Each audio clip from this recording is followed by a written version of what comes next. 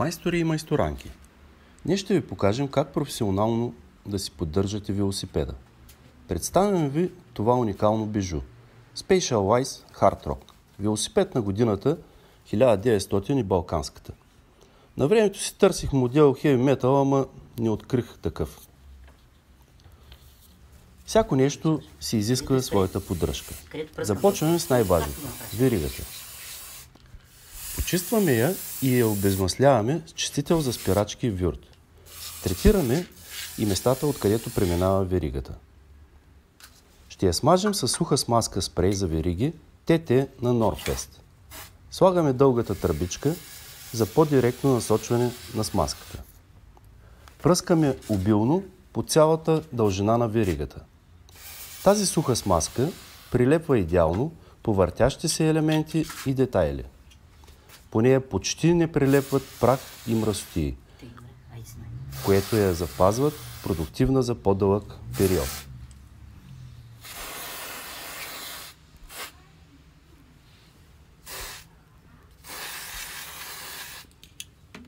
Ще обработим качествените ни гуми с спрей за гуми Norfest.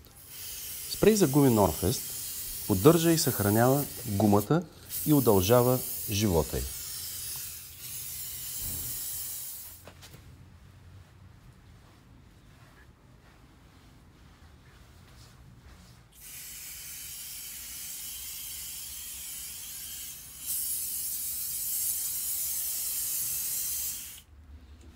Виждате как гумата става като нова. Важна част от обслужването на велосипеда са и амортисьорите. Почистваме ги с обезмаслител, чистител за спирачки Würth. Тук ще използваме течна грес Norfest. Греста има силно прилепващи свойства и осигурява безпроблемна работа на амортисьорите. Третираме и останалите части, имащи нужда от течна грес Norfest.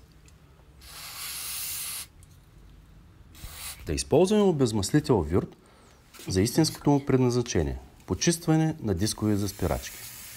Чистител за спирачки Würth се изпарява почти мигновено.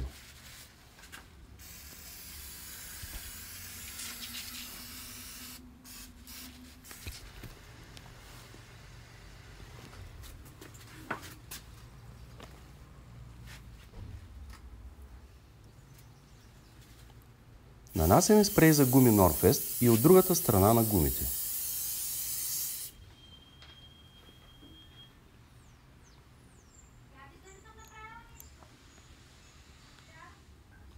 Наистина стават като нови.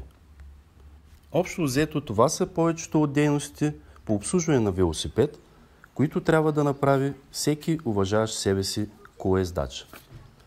Бъдете здрави и безаварийно спортуване!